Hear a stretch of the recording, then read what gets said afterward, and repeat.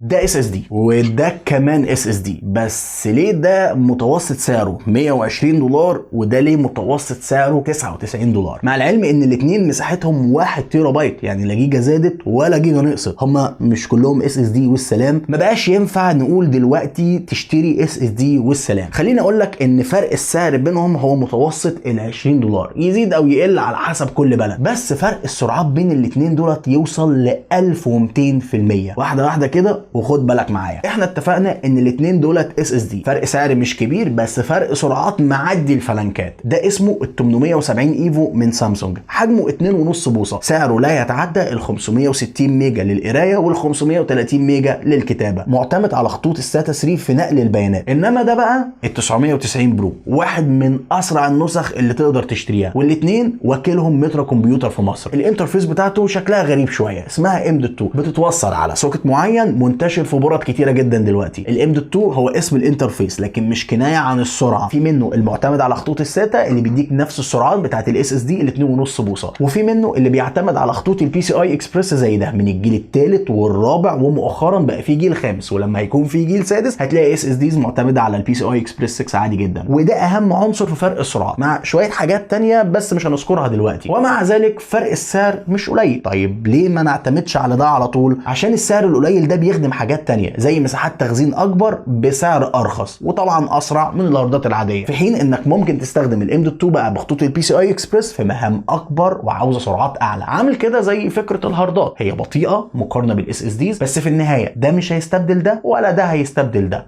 ده موجود وده موجود.